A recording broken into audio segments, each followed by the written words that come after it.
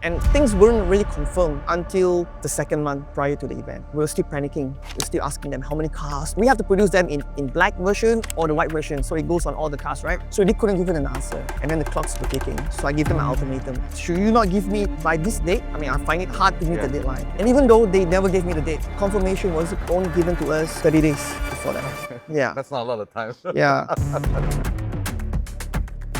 Hey Remus, What's up, man? welcome to our What's Your Story series where we get our friends to share about their passion for cars and their journey.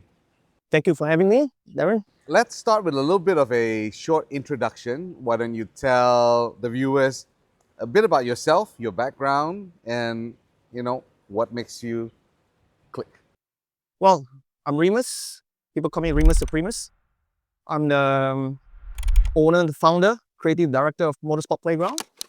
I've been doing this for 17 years now. It's a little wrap shop. It specializes in vehicle graphics, race car livery, vehicle wrap, detailing, PPF, and yeah. And so that's what I do. Why don't you tell us a little bit about the journey that motorsports has taken you all around the world? Well, I'm quite blessed. I started this as a hobby. I spent, I was in Melbourne for 5 years. So I went to school there, and I'm really into the whole hip hop, street, and pop culture. So this is what shaped me. And I like graffiti, I like design. So I was really into BMX, the whole hip hop music, things like that. So I wanted to fuse this into cars. So at the time when I was living in Melbourne, I had a Mirage. I commute a lot in that, put my bicycle in. So the car is pretty plain lah. So I wanted to, see how I can put graffiti. Long story short, once I'm done with Melbourne, I came back to Malaysia, and I started doing this on my own car. So I had I started with a Putra. Then I had R33.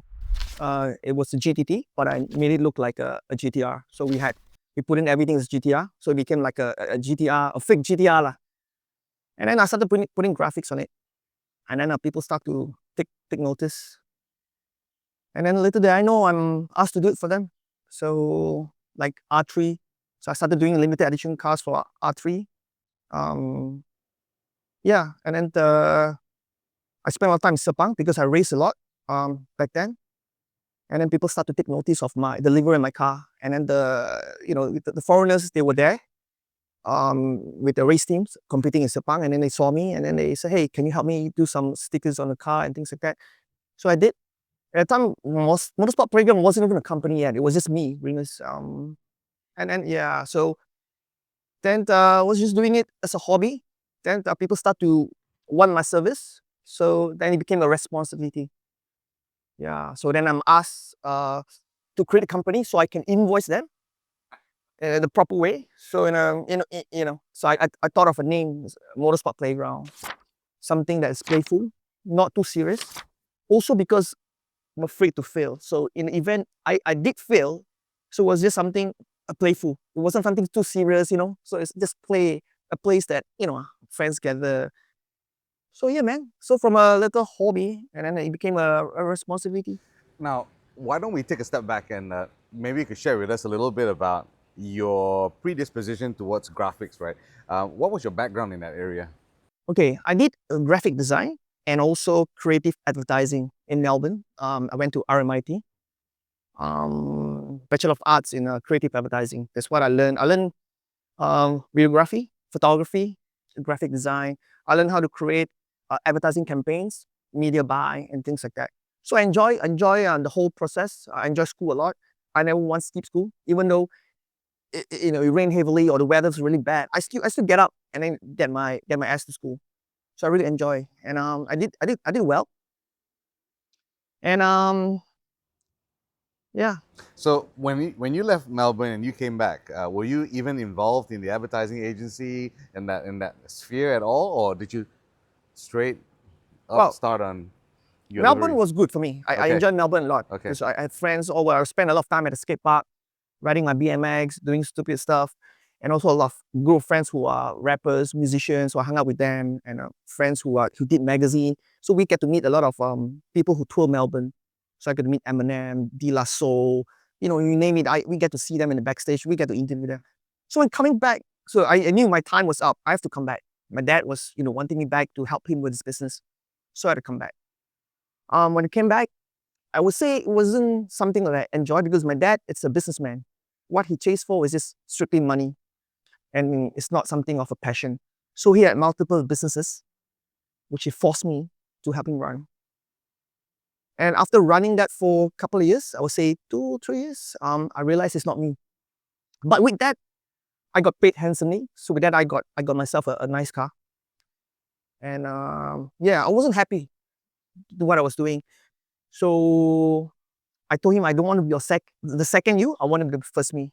So I left the company and I did it, and I went out and I worked with this Japanese company called Duke Racing. It's a Japanese company by Mr. Nezuka-san. He's a HKS dealer in Toyama. He's quite a big name, a big guy. Everyone knows him in Japan. So he's a member of RH9, 9 Second Club. So he does a lot of drag racing. So he has a branch here. Not many people know about it. Partnered with a local Malaysian guy. So I worked with him for about a year and a half. So I learned. And he liked me a lot. Took me to Japan. Introduced me to a lot of, Nezuka-san. Introduced me to, the founder of Option Magazine. So I get to see all of them. I get to visit their places with my boss. So I mean, that made me, open the doors for me. Then that was a calling. I had to do something on my own. So I left Duke Racing and then started Motorsport Playground. Where has Motorsport Playground taken you, and how many circuits around the world? Where have you gone? What's been very significant for you in that sense? Wow, Motorsport Playground is taking me, I would say, around the world. I've been to Bahrain, Abu Dhabi, Dubai, most of the racetracks in Japan. I go to Japan as many as 11 times a year. We've been doing like 4 series: Super Taikyu, Super GT, GT World Challenge, as well as the Porsche Carrera Cup. So every, week by week I'm there.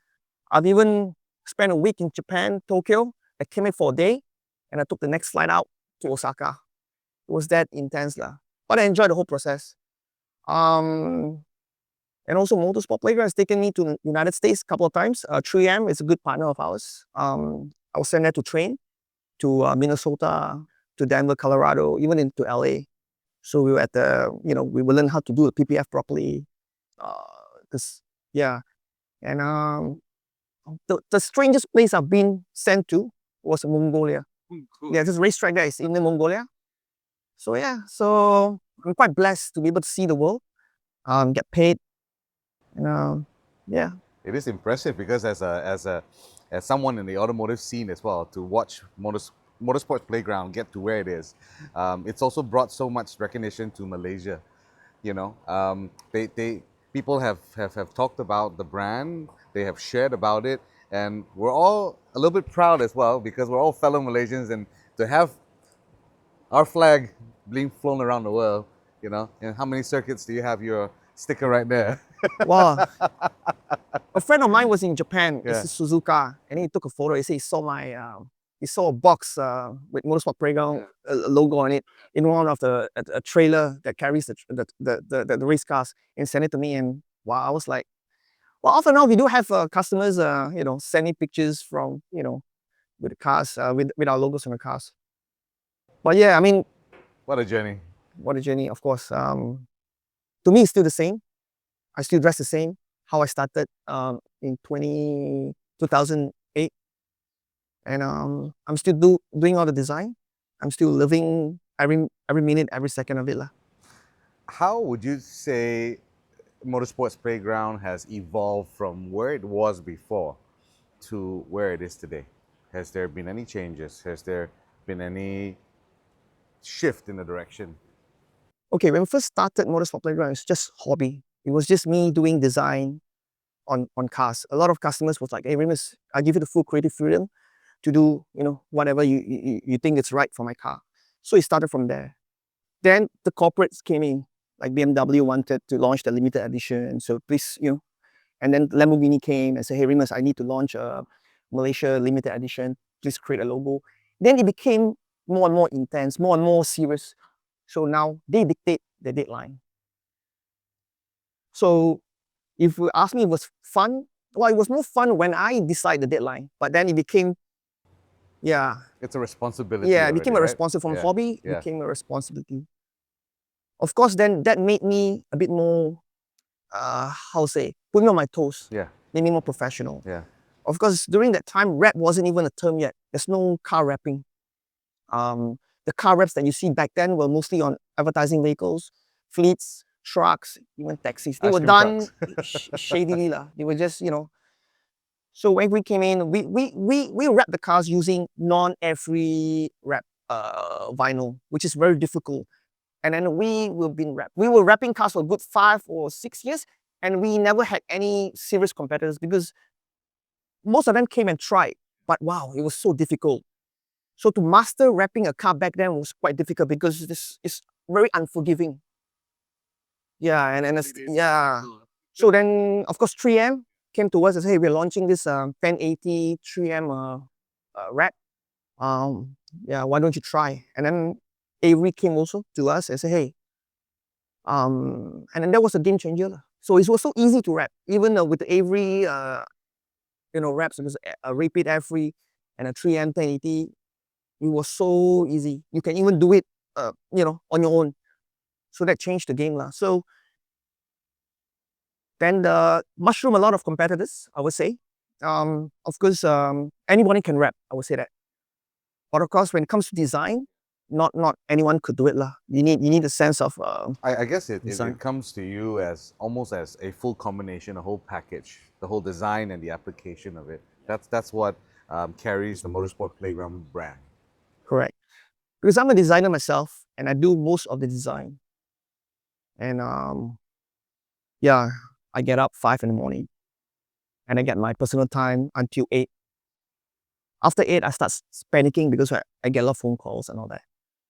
So I get to work by 9 and then I'll get my design team together to continue designing. So I'm always still hands-on. So yeah. And most recent and very notable was your participation in Gumball 3000. Why don't you tell us a little bit about it?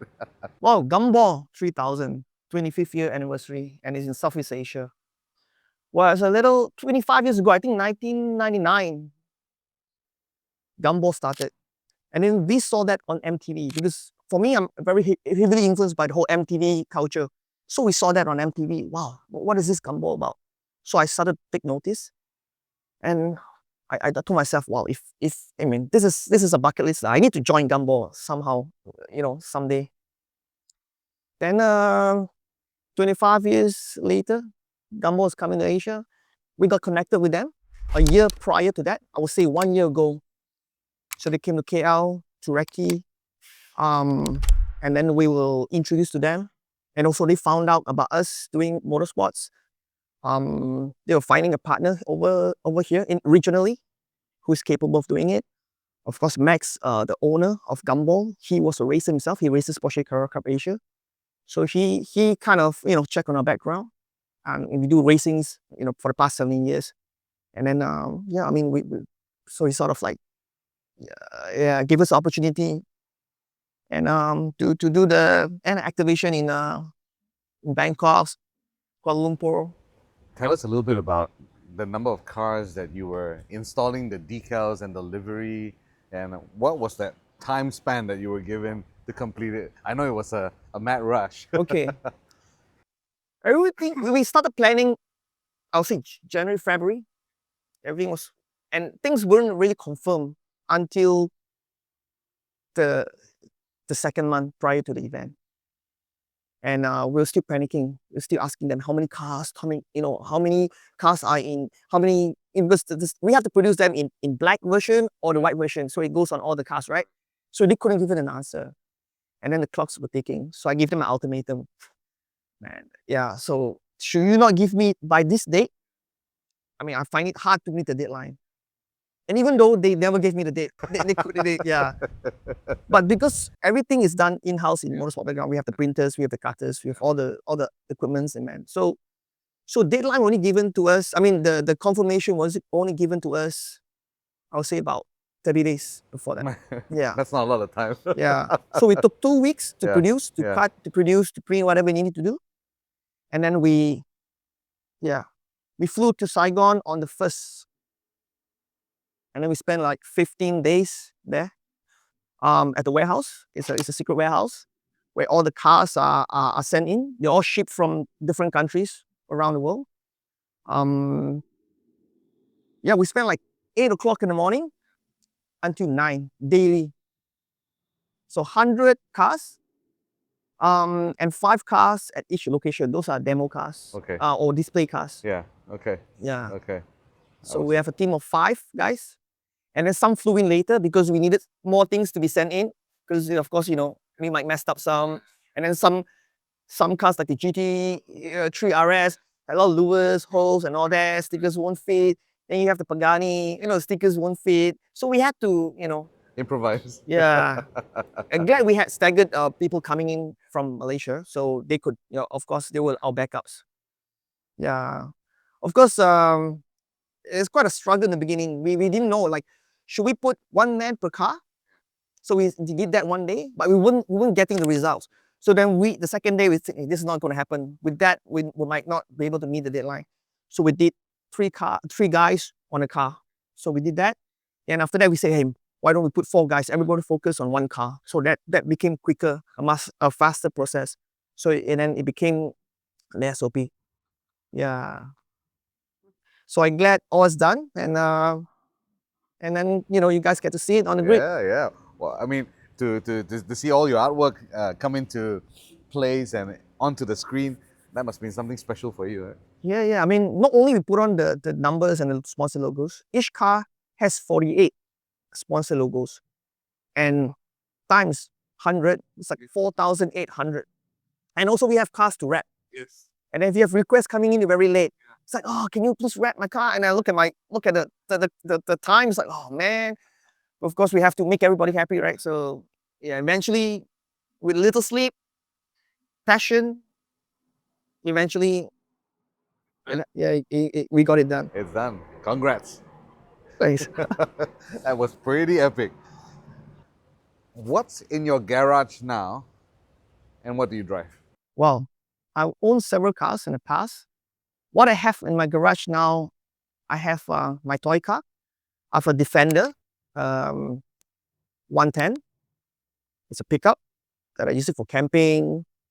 I have a 997 911 Turbo.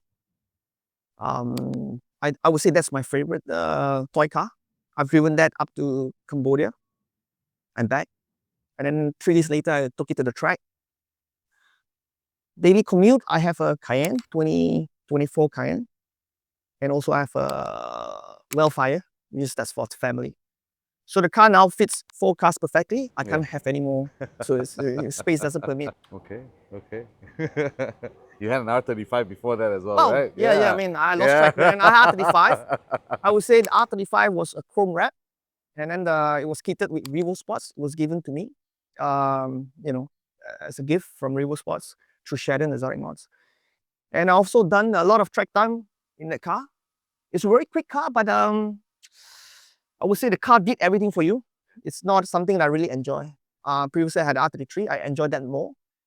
Of course, if you track often in Sepang, you end up crashing it as well. So I put the R35 into the tire barrier in 1015. Yeah. The side was pretty badly damaged lah. But after changing the door, the fenders and the rear fenders, after like a couple of months, it's back on the track again. So yeah. What else I have? Previous cars you mentioned? Putra. Yeah. I had a Putra when I came back from I had a Putra after my college. During my college, I had a Putra. Yeah. That was a dream car for many. Yeah, and then also it was put in a VR4 engine. Oh. T37. Yeah. Did you keep it in stock color or? It's a black. It's black. Yeah. I had two Putra at the time. Yeah. One is the auto, and then one to mod, to do silly things for me to experiment. You know, at the time, everybody was modifying their cars, putting Evo 1, 2, 3 engine, VR4, you know, big muffler exhaust, spitting out flames. Yeah. So with the Putra, I took it to Sepang, my very first time. And I like competing a lot. So I went to compete a lot of, yeah. So, yeah lah. So I started Sepang in the Putra. Then I graduated, bringing the R33. I competed in the 4-wheel drive class, Saturday Night Fever, ran by Adian, night race. At the time, Sepang was pretty dark, not well lit, doesn't have the floodlights. Yeah, so you win some, you lose some. I'm always, you know, the third, because there's only 4 guys or 5 guys racing. Yeah, so good fun, good fun. I broke blew engines, broke the gearbox on my R33. Yeah, like I said, most of the cars that I have, I drive it hard. It's for me, I would say it's a tool for me to facilitate my experience. Yeah. Got it. I noticed on your cars you have 911 Rebels. Why don't you tell us a little bit about what this is? Well, I founded 911 Rebels slightly before COVID. I wanted to have a crew that is different, a crew that like-minded guys get together and would drive their cars and not doing the usual routes. I'm not saying that going to Genting or you know, it's not a good thing, but of course for us, I would say life is short. We always experiment with new routes. Sometimes we get good routes, sometimes we don't. And also the 911, I would say most of us has 911s and it's supposed to be driven hard. And it's you know, we put our bikes there to take us to places. We have a ski box. I would say we are the first, I don't know if I can claim that, to put the ski box or bike on our 911. And then it became a trend, and then many of our customers or friends asking us, hey, you know, where do you get that? You know, it's good to inspire. So now we have a group of guys with BMX on our bike, on a car, ski box. Yeah. So we drive to Malacca, put our bike down, we explore the city in our bicycle. You were just in the city on Sunday. Yeah. We went to check out, you know, the nitty gritty part of KL. Yeah. We call it Pasar Karat. And also we check out the Masjid India, where the sinkhole happened.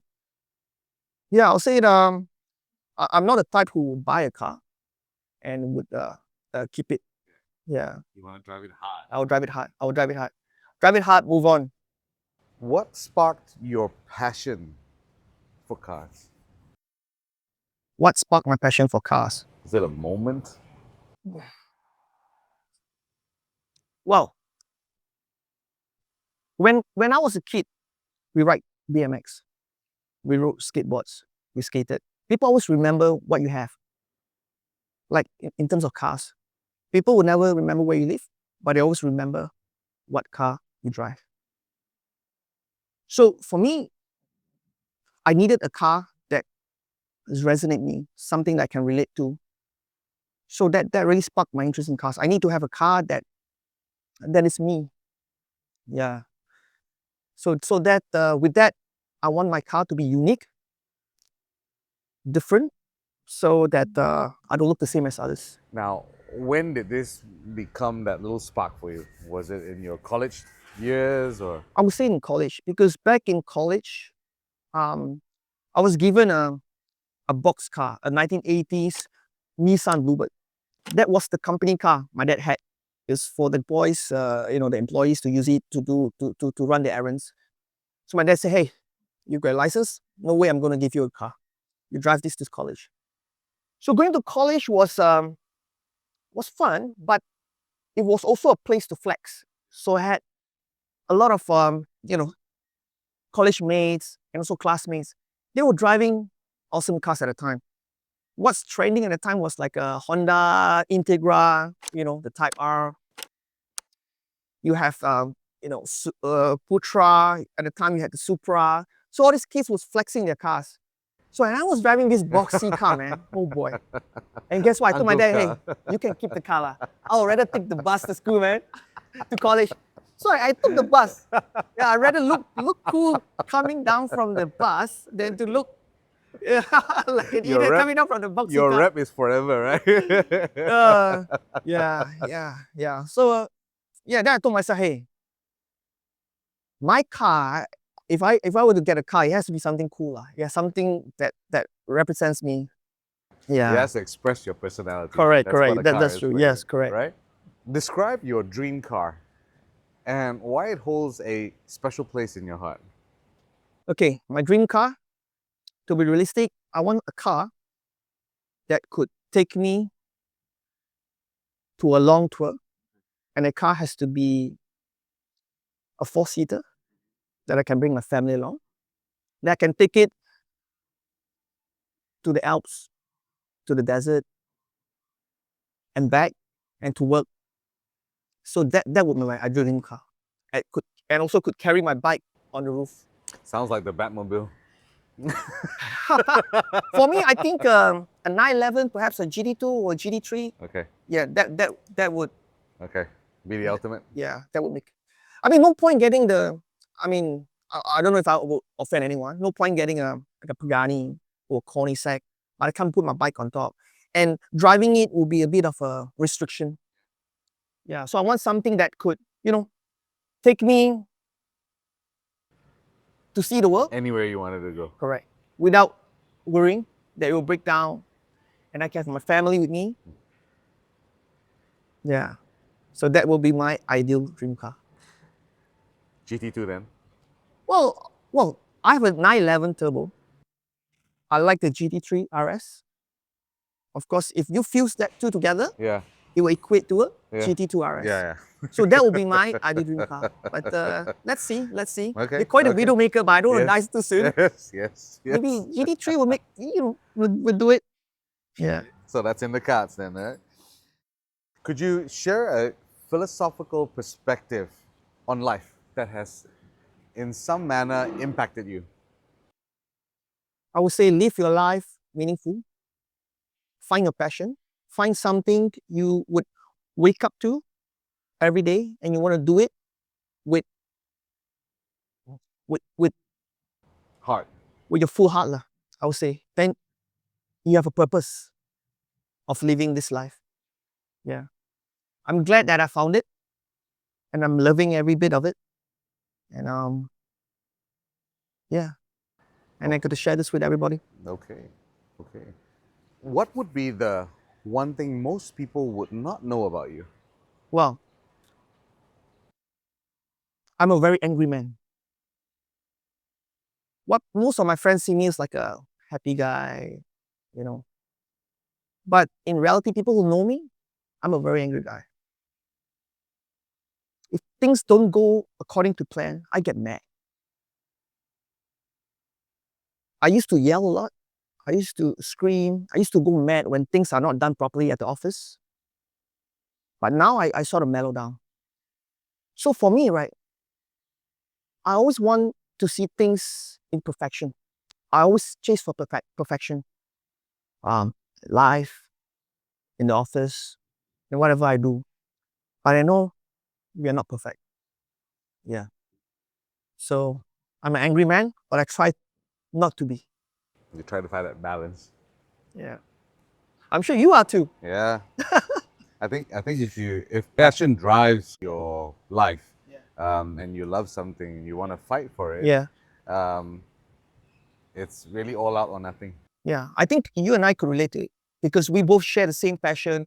We want to make it work. And yeah. And sometimes we look at it, why can't you think like us? Like why can't you do it correctly? Why? Yeah. But everyone is different. So Correct. I think that's something we've all come to accept. Not just in terms of ability, but sometimes in terms of what somebody is comfortable in doing. Sometimes people's direction, their personality, they differ one to another. Even a pair of twins will differ as well, right? Yeah. correct. Thank you for sharing. Could you describe your funniest moment in a car? Or a BMX if you have. Funniest moment in the car. Okay. It's when I take my mates to Sepang. If not, never been to Sepang, and I will gun it, turn 4. I'll let the rear go loose.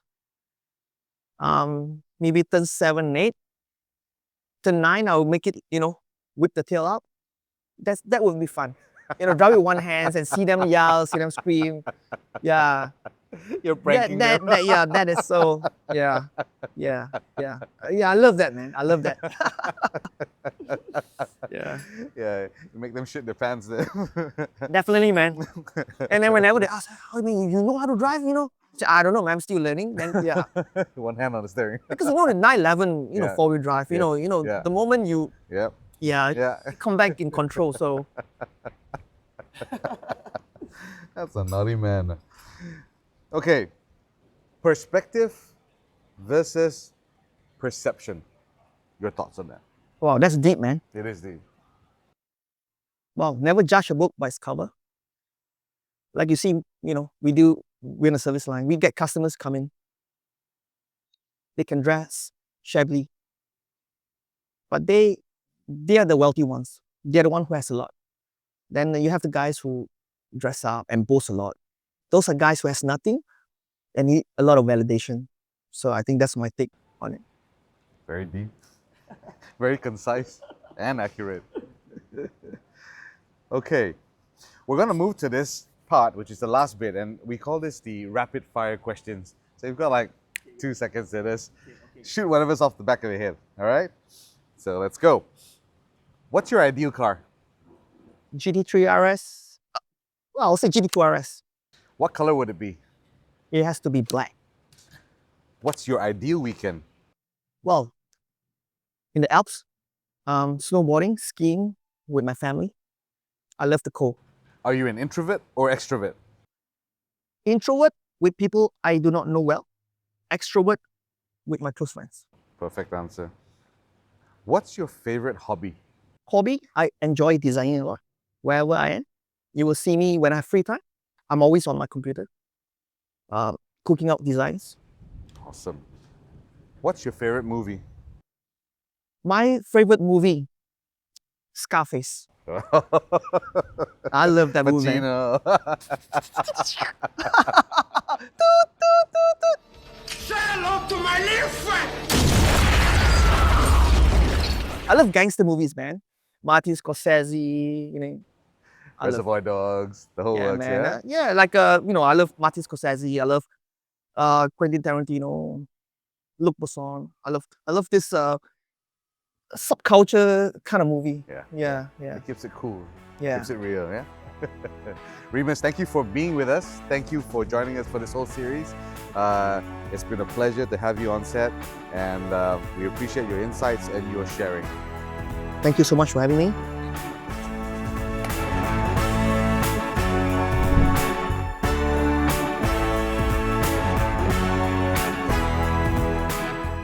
Yo, what's your story?